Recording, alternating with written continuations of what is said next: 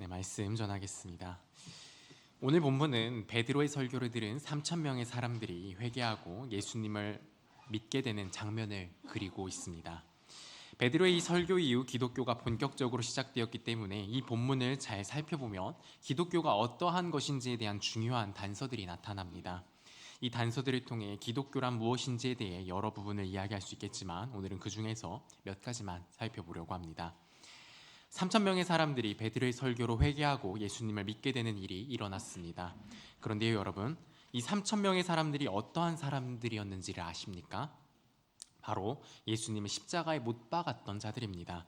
물론 이들이 직접 못 박은 것은 아니지만 바라바를 놓아주고 예수님을 십자가에 못 박으라고 직접 외침으로써 예수님이 십자가에 못 박히게 하는데 동참하였던 사람들입니다. 사실상 이들이 예수님을 못 박은 것이라 말해도 과언이 아닌 것이죠. 여러분, 예수님을 십자가에 못 박아야 한다고 외쳤던 사람들입니다. 그러니까 예수님을 죽이고 싶을 정도로 싫어하고 증오하였던 사람들입니다.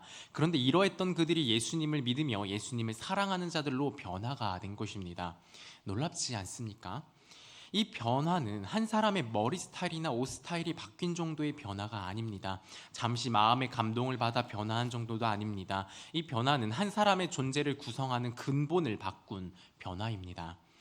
이 세상 가운데 마음에 어떤 감동을 받았다고 해서 어떤 한 존재를 정말 기뻐하며 자신의 모든 것을 팔아 나누고 고난과 핍박을 받으면서도 고문을 받고 죽으면서도 어떤 한 존재를 기억하며 담대하고 기뻐하는 그런 사람이 존재할까요?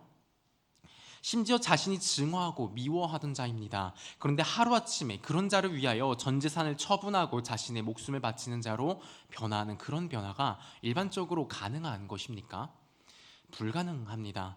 정신에 어떤 큰 문제가 있는 사람이 아니고서야 죽일 정도로 미워하던 사람을 하루아침에 자신의 목숨을 바쳐가면서까지 사랑하게 되는 사람은 없습니다. 그런데 사도행전의 이 사람들은 하루아침에 예수님을 사랑하고 예수님을 위해 그 어떤 고난과 핍박도 견뎌내고 심지어 자신의 목숨까지도 내어주는 그러한 자들로 변화됩니다. 이것은 단순히 어떤 습관이나 감정 정도를 변화시킨 것이 아닙니다. 그것을 뛰어넘는 변화입니다. 한 사람의 마음의 근본적인 방향을 바꿔버린 존재의 변화입니다. 여러분, 어떻게 사람이 단 한 번의 설교로, 그것도 3,000명이나 되는 사람들의 마음을 변화시켜 예수님을 증오하는 자에게, 그 증오하는 자에서 예수님을 따르고 사랑하는 자들로 아예 그들의 근본 자체를 변화시키는 이런 일을 일으킬 수 있었던 걸까요? 제가 예전에 늘 이 본문을 이야기하시면서 목사님들이 이런 말씀을 하는 것이 생각납니다. 베드로를 보십시오. 이 사람은 한 번의 설교를 이렇게 한다. 근데 자기는 이 몇십 년의 설교해도 변하지 않는다. 정말 이런 말들을 우스갯소리로 좀 하셨던 것이 기억이 나는데요. 어쨌든 정말 놀라운 변화가 있었습니다. 그럼 어떻게 이런 일이 가능했던 것일까요? 먼저 그 답을 말씀드리자면 그 이유는 바로 성령께서 그 가운데서 일하셨기 때문입니다. 성령이 일하실 때에 한 사람이 진정으로 변화하게 되는 것입니다. 이처럼 기독교의 모든 역사는 곧 성령의 역사입니다. 그렇게 성령님이 어떤 능력을 드러내시느냐에 따라 기독교의 능력이 나타나며 성령님이 어떻게 역사하시느냐에 따라 기독교의 역사가 이렇게 혹은 저렇게 세워져 가게 되는 것입니다. 그리고 성령께서 한 사람을 변화시킬 때에 하시는 일은 그 사람을 세뇌하거나 정신을 몽롱하게 하는 것이 아닙니다. 오히려 그 사람의 이성을 바르게 하여 바르게 판단하고 분별하게 하여 깨닫게 하십니다.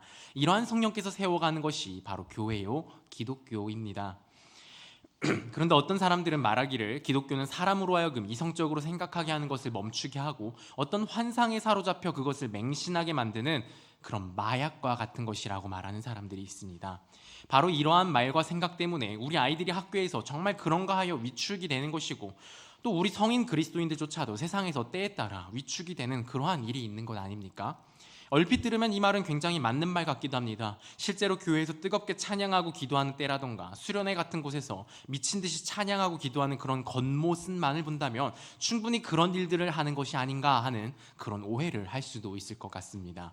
그러나 이것은 겉모습만을 보고 잘못 판단한 것 혹은 잘못 믿고 있는 사람들을 보고 잘못 판단한 것입니다. 진정한 기독교는 결코 그러한 것이 아닙니다. 오늘 본문 36절과 37절을 다시 한번 읽어볼까요? 36절 37절입니다. 함께 읽어보겠습니다.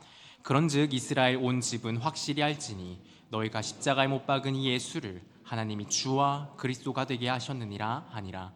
그들이 이 말을 듣고 마음에 찔려 베드로와 다른 사도들에게 물어 이르되 형제들아 우리가 어찌할꼬 하거늘.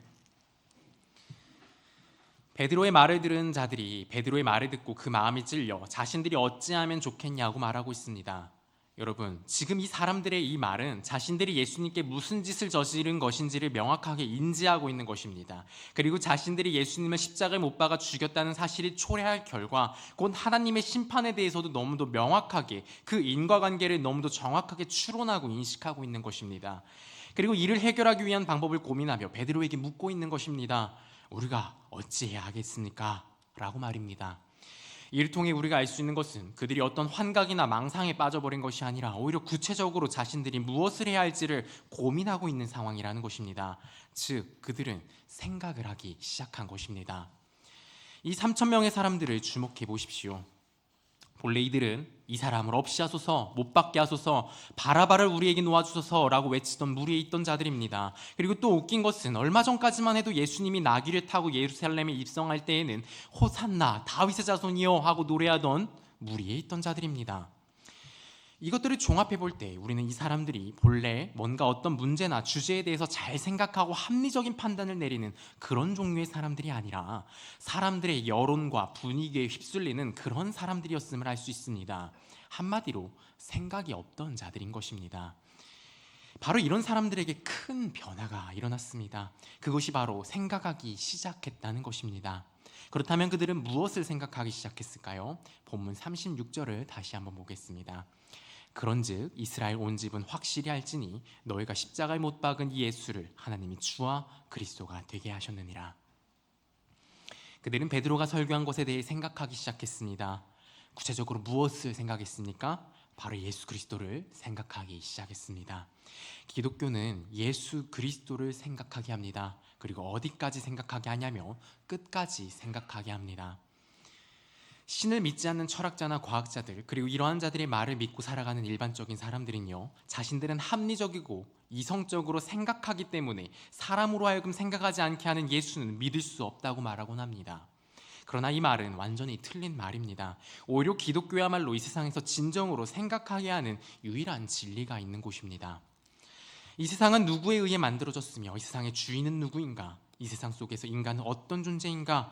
이 세상의 악과 고통은 왜 존재하는가? 이 세상에서 사람이 살아가는 목적과 그 의미는 무엇인가? 이 모든 질문들을 끝까지 생각하게 하며 이 모든 것의 해답이 하나님과 그분의 아들 예수 그리스도임을 명확하게 그리고 체계적으로 제시해주고 있는 것이 기독교입니다. 저도 이런 것들에 대해서 고민했던 적이 있습니다. 저는 어렸을 적부터 나름 윤리적인 삶을 살았습니다. 제가 수요일에는 굉장히 부도덕적이고 도둑질하고 하는 그런 이야기들을 계속 드려서 무슨 이야기냐 하실 수 있겠지만, 제가 이제 초등학교 저학년 때는 좀 부모 엄마 지갑도 손도 좀 대고 버스 요금도 좀 다르게 내기도 하고 그랬지만, 제가 초등학교 6학년 때부터는 아주 확 변했었습니다. 6학년 때는 어떻게 했냐면은 이제 당연히 이제 그런 것들은 이제 끊어내었고요. 그리고 저는 생각했습니다. 내가 지금 이렇게 욕을 많이 초등학교 때 많이 욕하지 않습니까? 내가 이렇게 욕을 하는 게 바르지 않은 것 같다. 욕하지 말아야겠다 해서 저는 욕 안 했습니다. 욕을 안 하고 초등학교 생활을 보냈고요.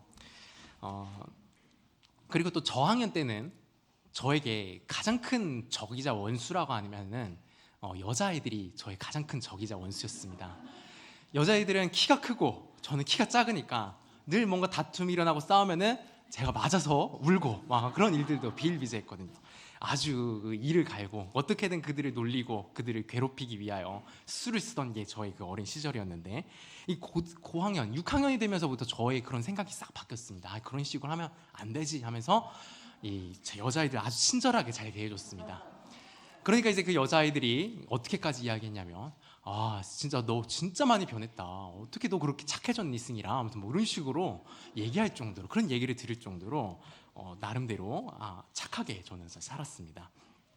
그리고 제게 주어진 학교에서나 교회에서 주어진 책무들을 또 나름대로 훌륭하게 해내는 학생으로 자라났고요.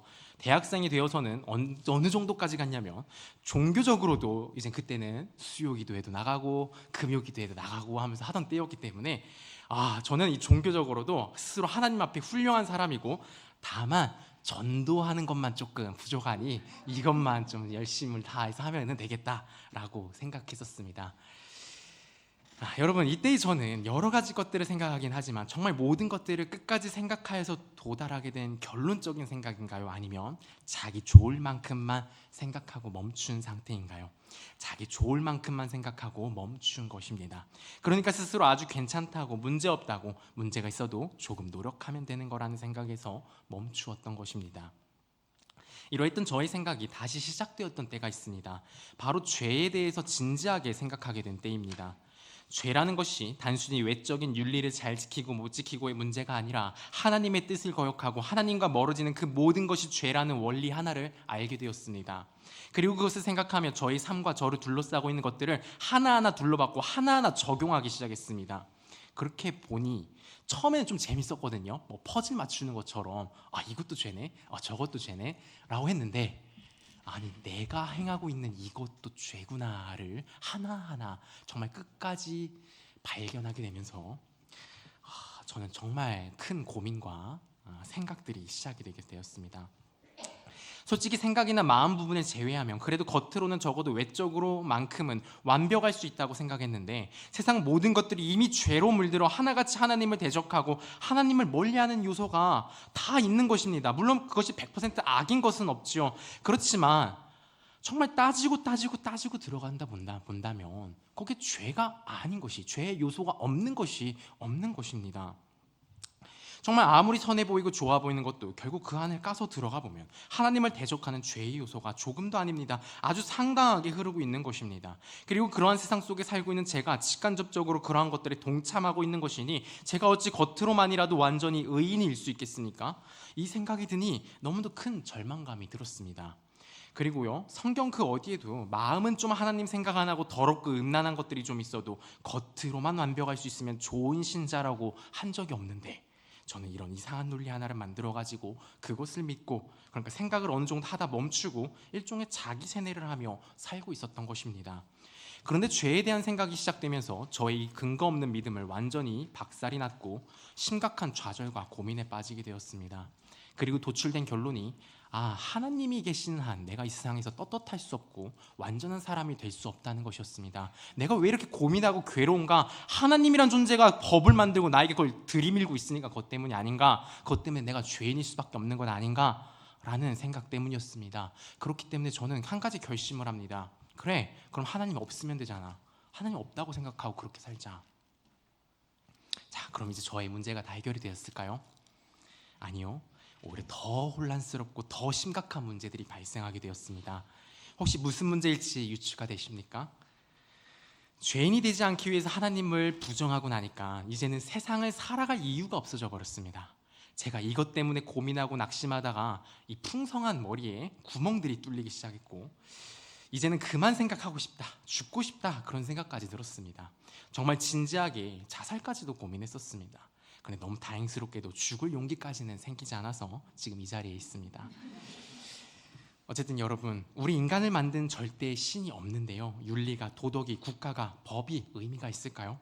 인간이란 존재가 신이 특별한 목적과 뜻을 가지고 만든 것이 아니라 그냥 화학 반응으로 우연히 만들어진 존재라면 일하고 밥을 먹고 관계를 맺는 등 우리 인간들이 행하는 그 모든 행위들에 무슨 의미가 있을까요? 심지어 그 모든 것들을 할 때 에너지를 소모해야 하고요, 피곤하고요, 고통스럽기도 합니다. 굉장히 자주 내게 슬픔과 고통을 가져다 주기도 합니다. 그런데 이러한 것들을 감수하면서까지 굳이 세상을 살아가야 할 이유가 무엇이냐는 겁니다. 하나님이 없다면요.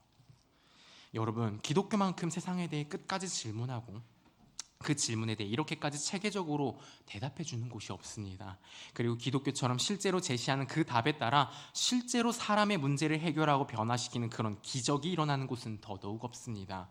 인류 역사가 그것을 증명하고 있습니다. 철학과 종교와 과학이 이것저것 이야기하지만요, 그들의 주장 중에 정말 밑바닥의 근거를 가진 주장은 없습니다. 그리고 그 주장대로 정말로 문제를 해결하거나 사람을 정말 근본적으로 변화시킨 일이 없습니다. 그리고 그 주장대로 정말로 문제를 해결하거나 아무리 그렇게 노력을 하더라도 일시적인 변화만 있을 뿐이지 정말 궁극적인 해결책을 낸 것은 없습니다. 그들은 오히려 인간이 왜 살아야 하는지에 대한 의문과 허무함만을 주며 인류의 이러한 궁극적인 질문들에 대해 제대로 대답해 주지도 그 어떤 해결도 주지 않습니다. 왜 그럴까요? 그들이 제시한 답이 바르고 정확한 답이 아니기 때문입니다.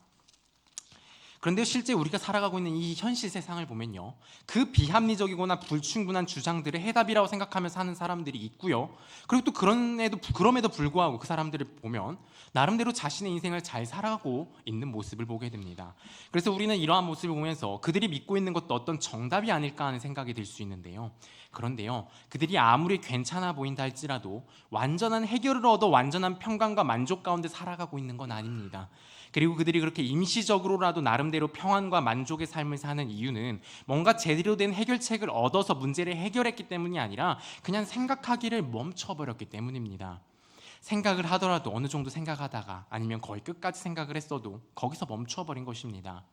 그리고 갑자기 근거가 없는 합당한 추론을 거치지 않은 어떤 구호 몇 개를 가지고 자기 자신을 세뇌하며 삶을 살아가는 것이죠. 나는 할 수 있다. 내가 즐거운 것을 하고 살면 된다. 나를 찾아가는 것. 인생엔 목적이 없는 게 맞다. 근데 그 목적 없는 거를 찾아서 그 목적을 찾아가는 여정, 그것이 인간이 살아가는 의미다 라는 등 이런 아무런 근거도 없는 말을 가지고 살아가는 세상이 바로 우리가 살아가는 세상입니다. 여러분, 오히려 이 세상 사람들이야말로 생각하기를 멈춘 자들이며 그들이야말로 자신만의 종교라는 마약을 투여하며 살아가는 자들인 것입니다. 그렇기 때문에 사람들이 예수 그리스도를 믿지 않는 것은 어떤 무신론자들의 말처럼 생각하기 때문이 아니라 사실 생각하지 않기 때문인 것입니다. 진정으로 끝까지 생각하는 자는 예수를 믿거나 자살하거나 둘 중 하나입니다. 실제로 하나님은 없다 말하는 자들이 정말 끝까지 생각했을 때 그 결과는 조금 과격하게 들리실 수 있지만 정말 솔직하게 합리적으로 따져본다면 그 결과는 자살로 나타나야 마땅합니다.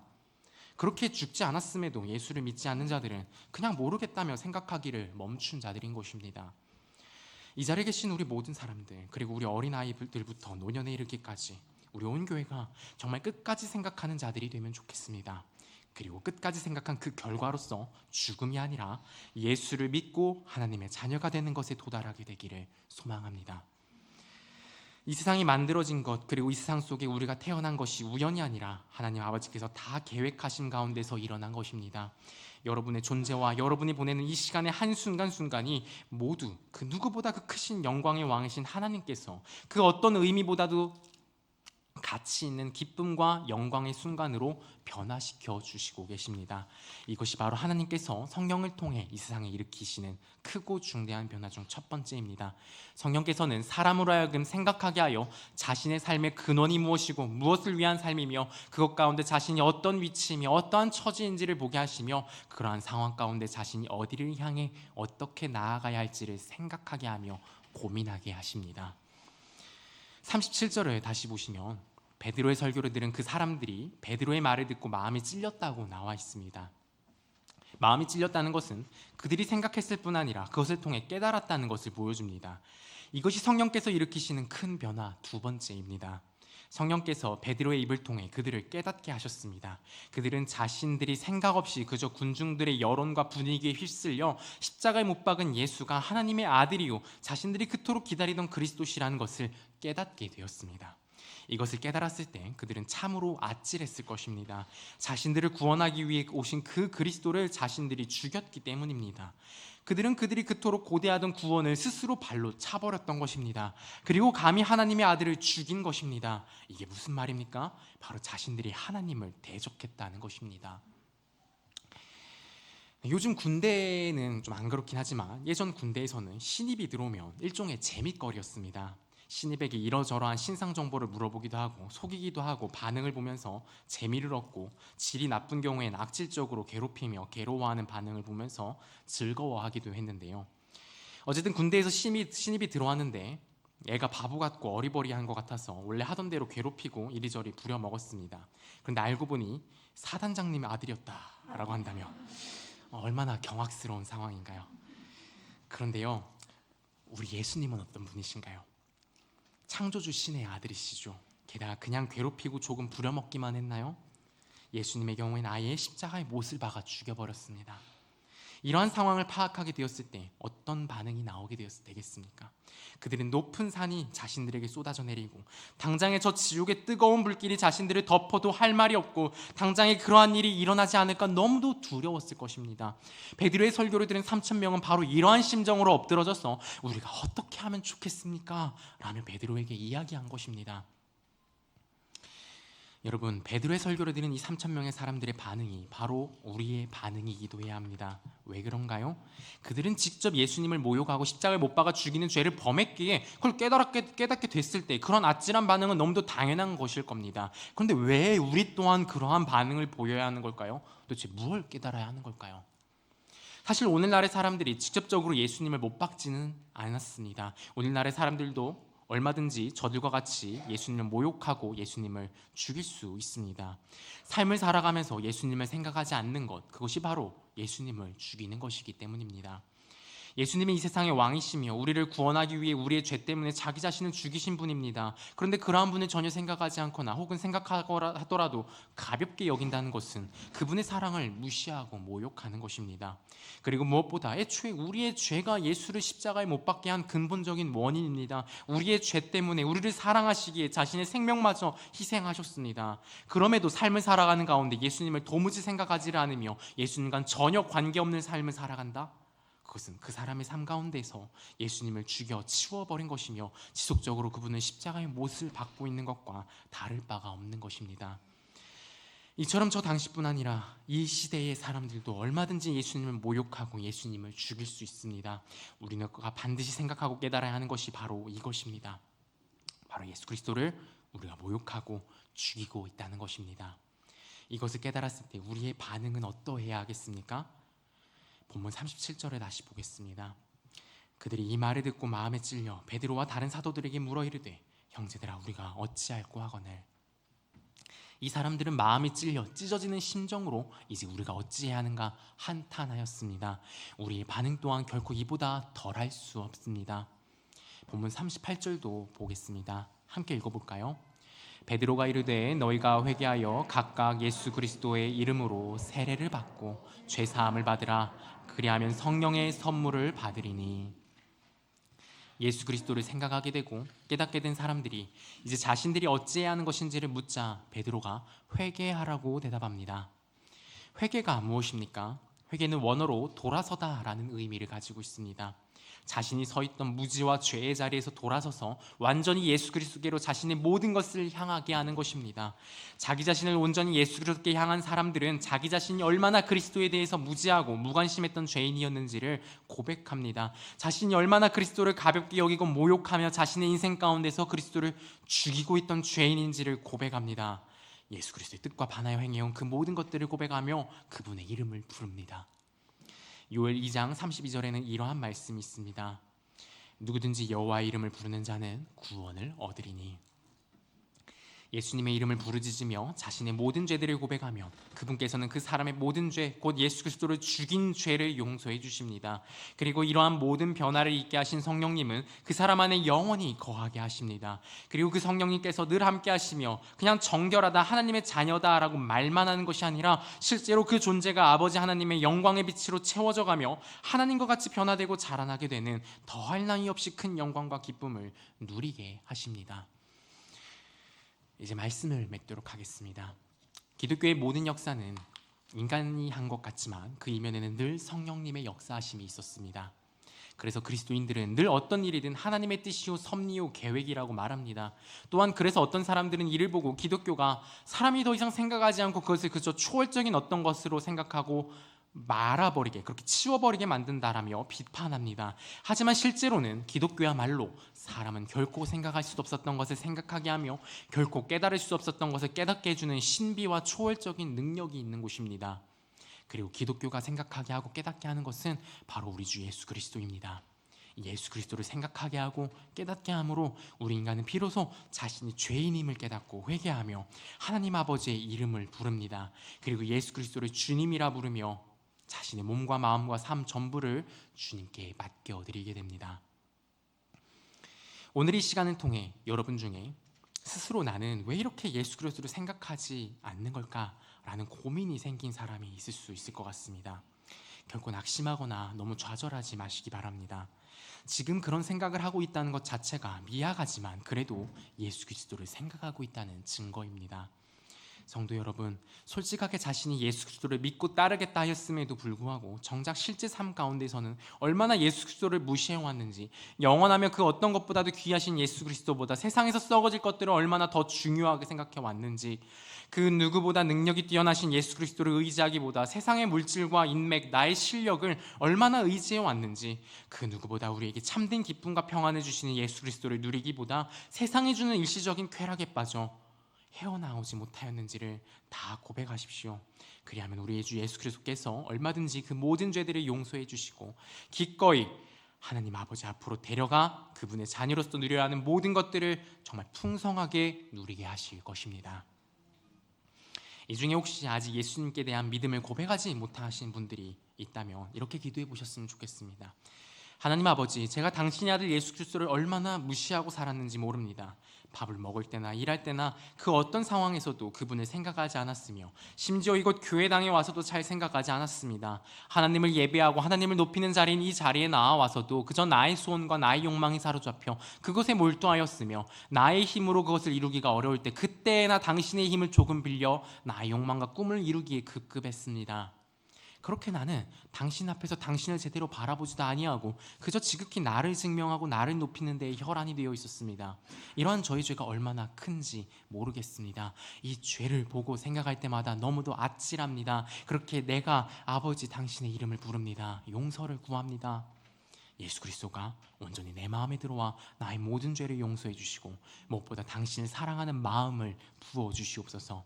저희 믿음과 사랑 없음을 도와주시어 진실로 하나님 당신을 바라보고 경외하며 온전한 사랑의 경배와 찬양을 올려드리기 원하오니 나를 받아주시옵소서. 이렇게 기도해 보시기 바랍니다. 이미 예수 그리스도를 믿고 그분을 주님이라 고백하시는 분들도 기도하며 돌아보면 좋겠습니다. 그분을 믿는다고 고백함에도 불구하고 자신의 삶 속에서 얼마나 그분을 생각하지 않고 살았는지를 돌아보십시오. 그리고 사실 우리야말로 말로는 하나님만을 경배한다, 하나님만을 바라보며 그분을 위한 인생을 살겠노라 말만 번지르르 하였지 실제로는 얼마나 그분을 생각지 않고 그분을 무시하며 내 모든 인생을 이끌어갔습니까?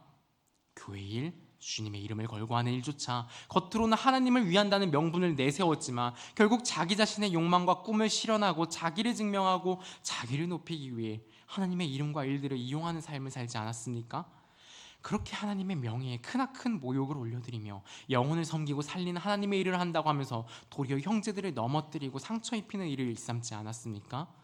그저 나의 자존감을 높이기 위해 하나님과 형제들을 이용하고 버려버리는 그 삶을 교회에서 하나님의 일을 한다고 하면서 하나님께 영광을 올려드려야 한다 하면서 그렇게 하지 않았습니까? 성도 여러분, 성도라고 불리는 우리가 너무도 자주 빠지는 시험입니다. 어떤 특별한 사람이 어떤 특별한 때에만 빠지는 시험이 아닙니다. 늘 우리를 위협하며 조금이라도 하나님을 바라보며 하나님이 그 심령 가운데 채워짐이 조금이라도 빈약해질 때에 곧바로 계속해서 찾아오는 시험이 바로 이것입니다. 여러 은혜의 방편들을 받고 있을 때, 하나님의 은혜의 말씀이 선포되고 있을 때 우리는 이때 늘 우리 자신을 더욱 그리스도께로 돌려내야 합니다. 그분을 바라보며 그분의 모든 선하고 아름다우신 은혜의 복락이 우리 가운데 충만하게 부어져야 합니다. 사랑하는 성도 여러분, 우리 그리스도는 어느 한쪽 구석탱이에 있어서 되는 것이 아닙니다. 그분이 진실로 우리의 온 심령과 우리의 모든 것을 다스리셔야 합니다. 그분이 나의 모든 것 중심을 사로잡으셔야 됩니다.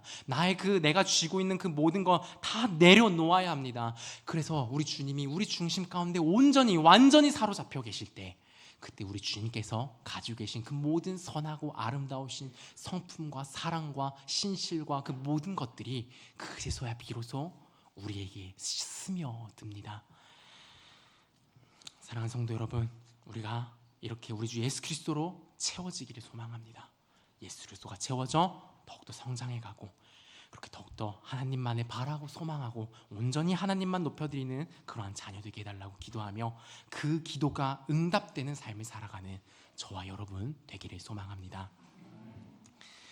우리 함께 찬송 드리시겠습니다. 찬송가 85장 찬송 드리시겠습니다.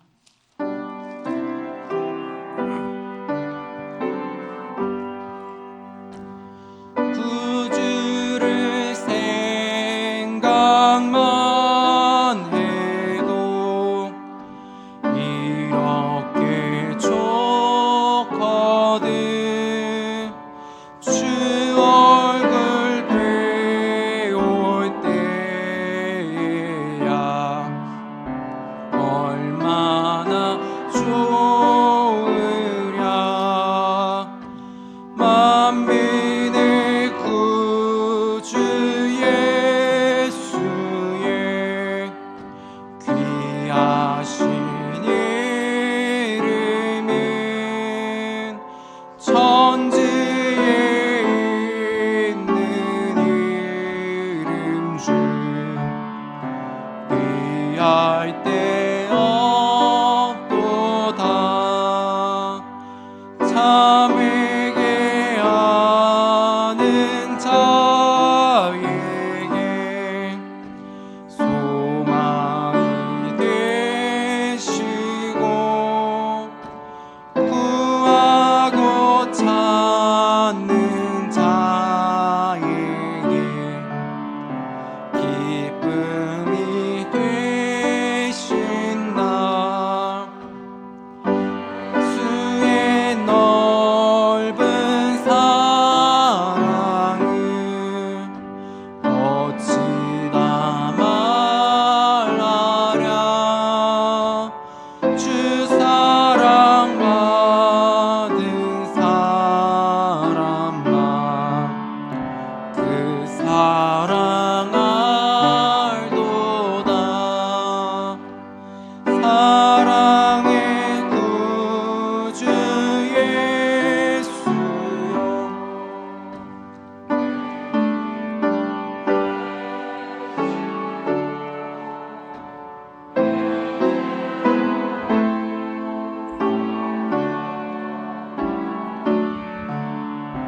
영광이 되소서.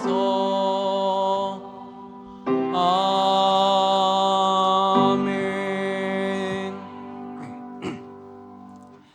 네, 우리 말씀을 기억하며 함께 기도하면 좋겠는데요. 오늘 말씀을 통해 살펴보았듯이 기독교의 중요한 특징은 생각하는 것이고, 그 중에서도 가장 중요한 것은 그리스도를 생각하는 것입니다.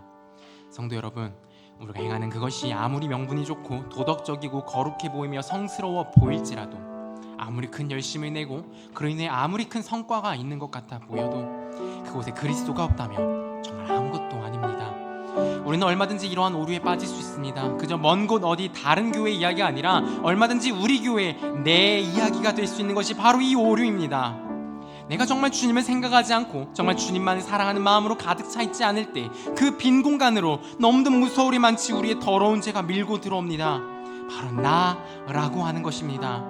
예배를 드림에도 그걸 통해 나를 높이고 주님의 일이라고 하면서도 내가 이렇게나 유능하다는 자기 증명의 수단으로 삼게 됩니다. 물론 오직 하나님만을 바라고 사랑하며 나아갈 때 하나님께서 높여주시는 영광과 거룩이라는 높음으로 우리가 높여지는 일이 일어납니다. 이것을 바라고 소망하는 것이 결코 나쁜 것이 아닙니다. 그런데요, 하나님께서 그렇게나 높이시기 전에 반드시 하시는 것은 우리의 심령을 한없이 낮추시는 것에서 시작한다는 것입니다. 이 낮아짐 없이 높아지는 것은 없습니다. 그리고 문제는 우리가 아버지 하나님 앞에 자신을 완전히 낮추는 그것조차 높임 받기 위해 하고자 하는 순간 그것은 진실로 자신을 낮춘 것이 아니라는 것입니다. 결국 그 자신을 낮추겠다는 그 회개의 말조차 자신을 높이기 위하여 하나님을 기만하고 이용하는 행위에 지나지 않게 되는 것입니다. 진실로 나라고 하는 자신을 완전히 내려놓아야 합니다. 정말 그런 존재기에, 정말 하나님 앞에 아무것도 아니기에, 아무것도 아닌데도 마치 뭐라도 있느냐 하나님을 무시하고 모욕한 죄인이기에, 하나님의 진노가 마땅한 존재기에 내가 그것을 정말 어찌할 수 없기에 다 내려놓고 하나님 앞에 엎드리는 것입니다. 이것이 진정한 낮아짐이요 진정한 회개입니다. 그러나 우린 자꾸만 불안합니다. 그렇게 나를 다 놓아버리고 내려놓으면 정말 내가 사라져버릴 것 같은 두려움이 있습니다. 그런데요, 그 두려움 때문에 정말 조금이라도 그 알량한 자존심 조금이라도 붙들고 있으려고 하면요, 우리는 절대 하나님의 높여주심을 받을 수 없습니다. 오히려 그 모든 것을 다 내려놓을 때, 내가 다 사라질 것을 각오하고 내려놓을 때, 오히려 그때 하나님의 은혜와 사랑으로 한없이 높아지는 나 자신, 오히려 새로운 나가 창조되는 것을 우리 하나님께서 친히 만들어주시는 그 새로운 인격을 마주하게 되는 너무나도 놀라운 기적, 그 하나님의 일하는 방식이 나타나게 됩니다. 그렇게 우리는 우리 모든 것을 다 내려놓아야 합니다. 그런데 그게 참 쉽지가 않죠. 예수님께 자신의 아이를 구원하여 주실 것을 구하던 한 아버지가 주님께 믿음 없음을 책망받았던 그때 그 한 아이의 아버지를 생각해 보십시오. 사실 그는 주님께 책망받았을 그 순간에도 두려움은 들었지만 그렇다고 그 즉시 믿음이 완전하게 생겨나서 아주 큰 믿음으로 예수님을 붙들었던 것이 아닙니다. 그런데 그럼에도요, 그는 주님께 이렇게 고백했습니다. 주님, 저는 당신을 제대로 믿지 못합니다. 저는 그런 나약한 존재입니다. 그러니까요, 주님, 저의 그 믿음 없음을 도와주소서 라며 그 믿음의 마음조차 자신이 어찌할 수 없음을 알고 다 맡겨드리며 외쳤을 때 주님께서는 그를 도와주셨습니다. 여러분, 우리도 이처럼 우리 주님께 나아가 외치면 됩니다. 주님, 저는 정말 이것들을 내려놓지 못합니다. 그 이유는 당신이 그만큼 믿지도 사랑하지도 못하기 때문이겠죠. 이래서는 안 된다는 걸 압니다. 그런데도 저의 능력으로는, 저의 피폐한 마음으로는 도무지 그 마음에 도달할 수가 없습니다. 저의 믿음 없음을, 사랑 없음을 도와주시옵소서. 이렇게 기도할 때에 우리 주님께서는 반드시 우리 주님을 향한 믿음과 사랑 없음을 용서하여 주시고 반드시 우리에게 믿음과 사랑을 부어주실 것입니다. 우리의 이 믿음 없음을, 사랑 없음을 도와달라고, 그리하여 정말 주님의 믿음과 주님의 사랑이 가득하여져서 정말 온전히 하나님의 이름이 높여지고 하나님의 이름 가운데 함께 교제하는 우리 공동체에 하나님의 사랑으로 서로 섬기며 생명력이 넘치는 그런 교회가 되게 해달라고 우리 함께 기도하면 좋겠습니다. 기도하시겠습니다.